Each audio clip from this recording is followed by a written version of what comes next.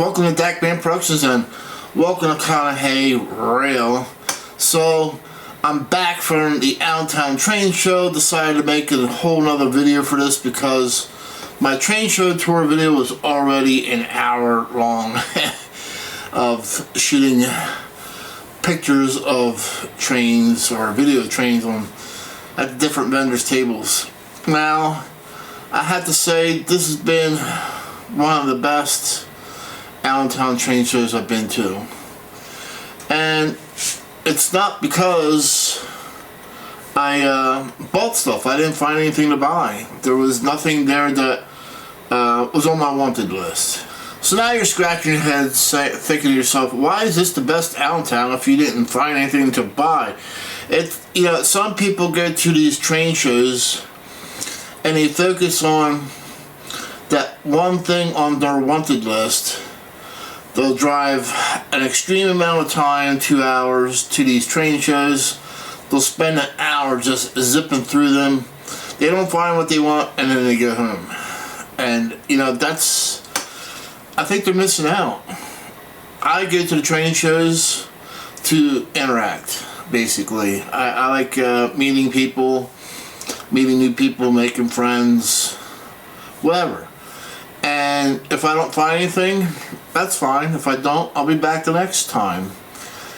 And there's been a lot of viewers who came up to me at this show, and I got a lot of interaction with the viewers and fans of Conrail Productions. It was really wonderful.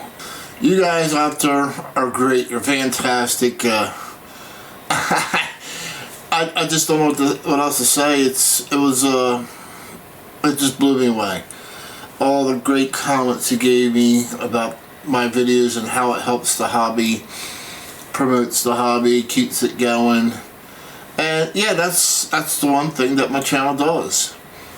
When I go to a train show, I focus on the hobby shops that are selling, the train show event itself, what's on the tables, what is there, and hopes to bring people to the train show. And not only that, keeping the hobby alive so you know what's out there. And on top of that, I do my videos in a way that people who can't make it to the train show because they live too far away, whatever reason, they can actually do their shopping from my video. So there'll be a photo of the vendor and then a video of what's on the table. The photo always has their contact information, whether it be a website, phone number, whatever have you. So when you're watching my video, the first thing you'll see is a photo, and everything after that is a video of what's on the table. Then there'll be another photo when I'm done with that table, going on to the next vendor, and so forth and so on. My train show haul this time around, I didn't buy anything. Everything I got at the show to show you guys today were all gifts. And people were bringing me gifts left and right. I was like, wow. And it was all an appreciation for bringing these videos for them, and it really meant a lot. So before I show off my first thing, there was a viewer. Sorry, I'm not great at remembering names. It takes me, especially the amount of people I meet, it takes me meeting you like 3 or 4 or 5 times before I remember who you are. That's just the way it works for me. I'm sorry. But yet I can remember how to time up a Cummins engine without even looking in a book. Go figure. I guess that's because I've done it for so long. But anyway, so he came up to me and he asked me a trivia question. Alright, I like that kind of interaction. So he asked me, when and what was the very first train that Lionel had made in the Conrail road name? Well, that has to be in the MPC General Mills era, because I know there wasn't any Conrail stuff in the post war because they weren't around then. So it was a little bit of common sense there, but I wasn't sure exactly what was the very first item. and when it was.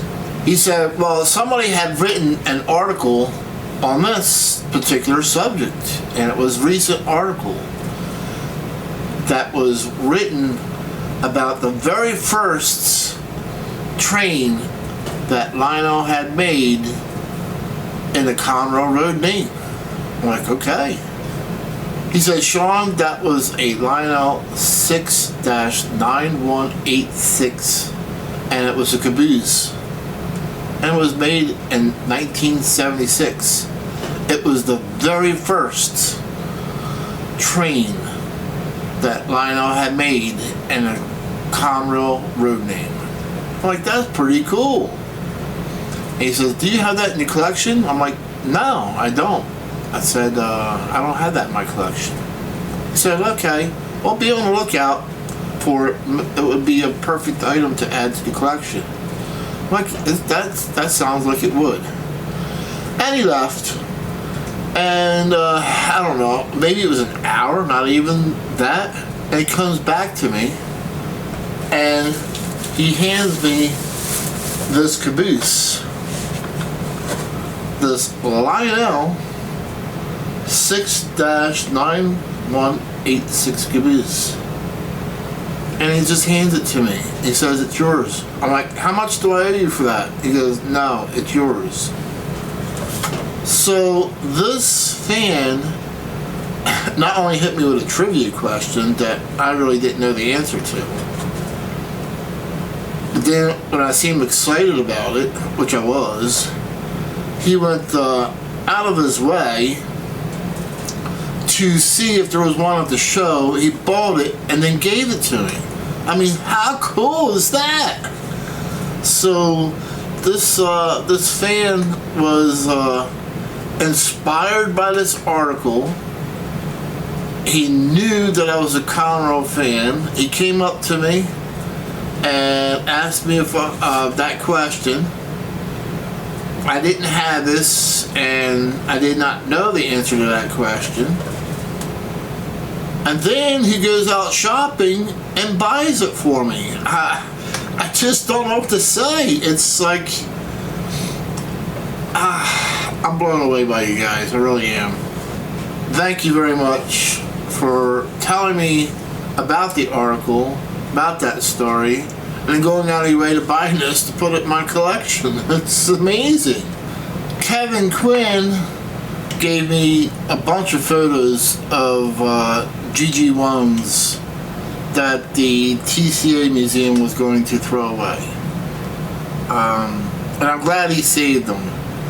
And I looked through these photos of the GG1s. But at any rate, one photo shows number 4800 when it was first donated by Conrail, and it showed up to the Railroad Museum of Pennsylvania. It was in blue, and it looked pretty good. What angers me is, and I didn't know about it, is that number 4800 was totally cosmetic restored, which I covered in my original story when I got the Lionel number 4800 in the Conrail Bicentennial paint scheme. But I found out after the cosmetic restoration, it was inside. It was indoors in the museum. They even had a sign that went along with it that said old rivets on it. So why does this photo anger me? I look at this beautifully cosmetically restored locomotive with a sign on, and this locomotive's on display. And why would the museum put it outside? Why would they take such a great locomotive with good and great history behind it, and why would they put it outside? Then we have a photo of Pennsylvania GG number 4935, it looks like. Here we have a sign, Conrail, let's keep it moving. That's right. Let's keep it moving with Conrail. They did keep things moving, and without Conrail, the East Coast, there would have been supply chain issue for sure. Walter Herbine of the Train Shop Weekly gave this Conrail conductor's lamp to me. It's out of Harry Henning's collection, so this will proudly be displayed on my Conrail memorabilia table. Great piece. Thank you very much, Walt, for giving this to me. It will have a place here at the Conrail. Next up is a photo, an aerial photo of Horseshoe Curve with a Conrail train on it. Also given to me by Walter Herbine. So there's actually 2 of us Conrail guys that go into Henning's shop. Me and another guy by the name of Mark. I'm the O gauge Conrail guy, and Mark is the HO Conrail guy. So Walter names me Mr. Serial Senior and calls Mark Mr. Serial Junior. So that's where he gets that from. I was also given a Conrail patch. Well, thought I might have had it already, and no, I don't. So this will be great for the Conrail memorabilia table that I have going on. So Rem over there, the Train Doctors, gave me this MTH Rail King meter car and the Train Doctor road name. Now I'm going to make a separate video about this, and I'll talk about this and the Train Doctor as well. So stay tuned for that this week. I'm going to go ahead and, well, let's do a run.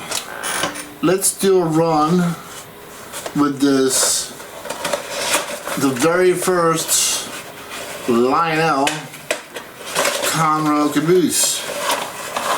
Or actually the very first Lionel Conrail anything. It just so happened to be a caboose. But here we go, 9186. It's a porthole caboose. So since I was talking about GG1s in this video, I figured I would run this caboose on my Penn Central train that I call the Emerald Express. Made a video on that. But I said it was something that Lionel should have done, so we're going to go ahead and go back here to the end of this train, the Emerald Express, and we're going to put a Conrail caboose on the end of this train. We're going to take off the Penn Central.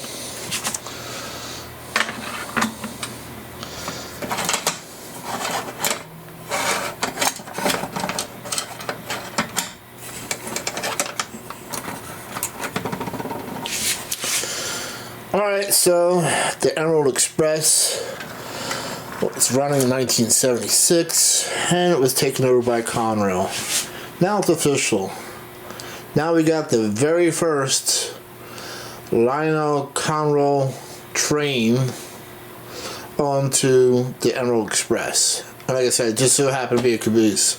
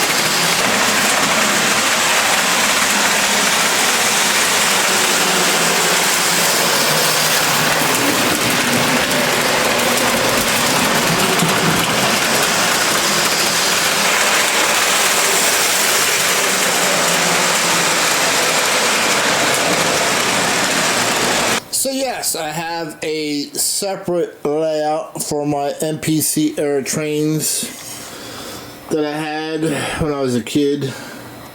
And I bought some stuff to add on to it, like the Emerald Express was something I've always wanted, but my parents could never afford. But there you go. That's my Lionel MPC era layout. Alright, so I hope you guys enjoyed another Dakman Productions video. Hope you enjoyed the story that I had behind the Lionel 6-9186 Conrail caboose. Thank you very much again to the viewer for that wonderful experience at the train show that I had. And we'll catch you guys at the next event, catch you at the next train show, catch you trackside. Goodbye.